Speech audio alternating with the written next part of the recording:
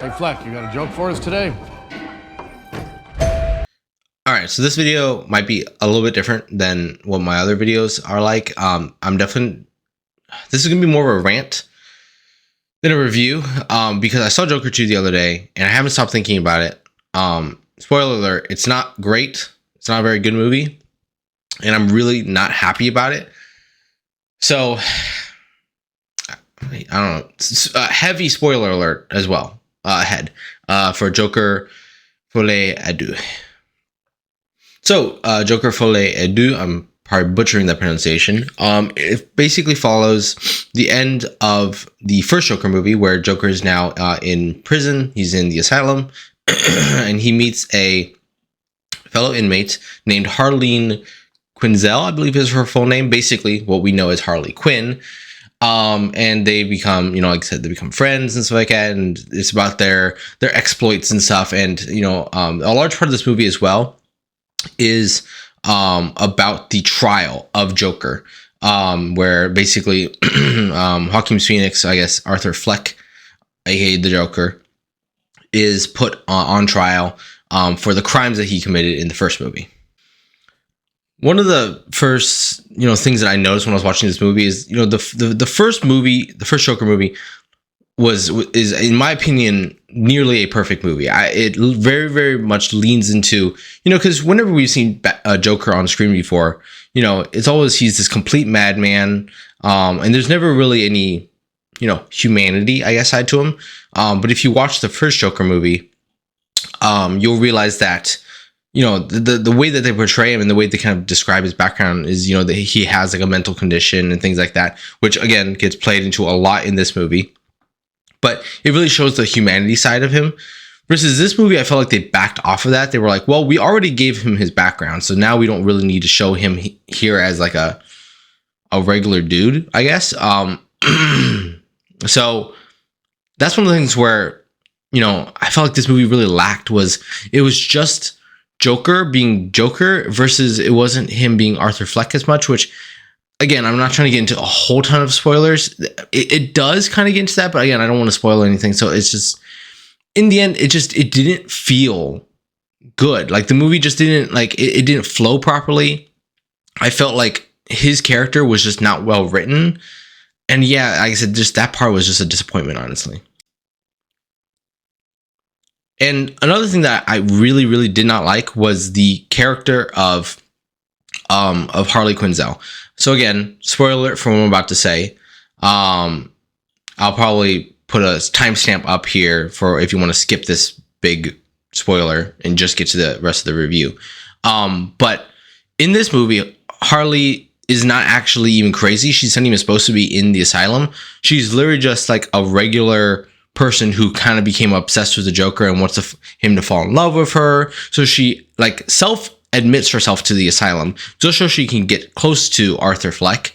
And that just did not work, because that is not the Harley Quinn character. Again, I'm not someone who, I'm a DC diehard. I know all the facts. I've read all the comic books, but from the little bit that I know, again, she herself is crazy. Maybe not quite as crazy as Joker, but that's why they're the perfect pair, right? In all the comic books and all the movies, is because they're both just crazy together. Versus this one, she's kind of insane, but she's more just a little bit like a psychotic person. She's not like mentally insane like the Joker would, right? And that deviation, that choice of, writing her character that way, for me, just I just didn't understand it at all.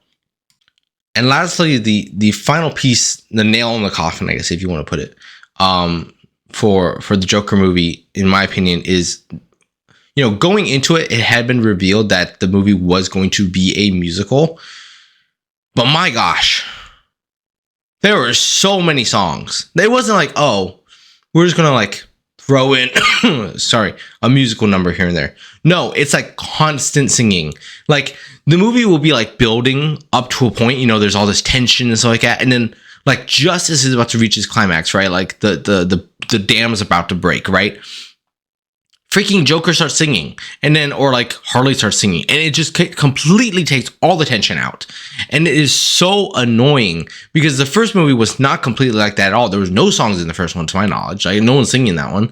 So and then again, then you make the deviation in this movie to like, again, 10 situations, and then you're like, people start singing. There's like a big musical number, but like literal, like a dream sequence will start with Joker, and like all these dancers and stuff will come out, these like parades and fireworks and like set designs and stuff. I'm like, he's in a cell by himself. He's like, going crazy, and then he starts like, starts singing and stuff like that. It's just I did not understand it. I did not understand the creative choice, and it's the same director that did the first one, so I have no idea.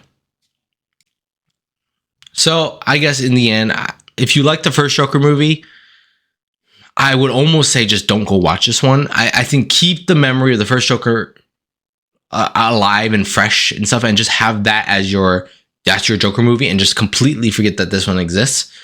Again, the acting performances are good.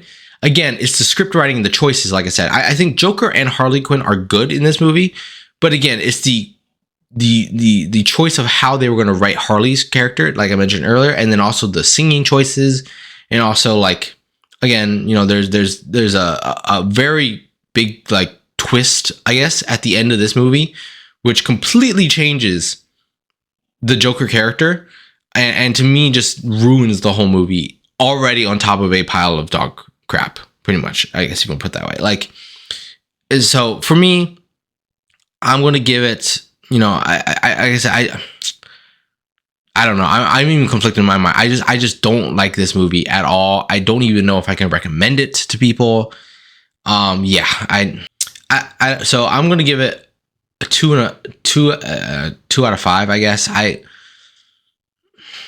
Again, it's not the worst movie I've ever seen, but the fact that you're going for basically Joker 1, which is either a 4.5 out of 5 or a 5 out of 5, to basically what is I'm giving it again a 2 out of 5.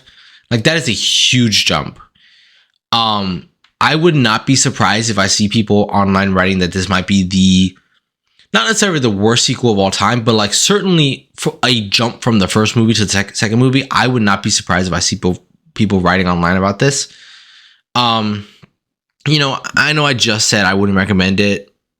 At the end of the day, if you're a big DC fan, or maybe you're just a Joaquin Phoenix or a Lady Gaga fan, then, feel free to go watch this movie. But I'm not going to blame you if you don't want to either. So, I don't know. That's it. This is, between me not feeling well and this movie not being good, I just didn't feel like going into depth about this. So, until next time, see ya, I guess.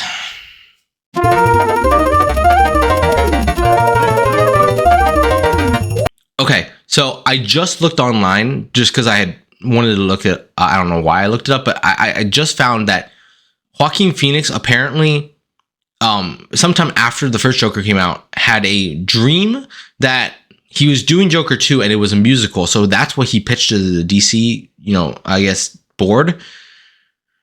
I don't know whether this is true, because I don't think it's actually been confirmed. But that would explain a lot. I don't know. Again, this movie just makes no sense, like, at all.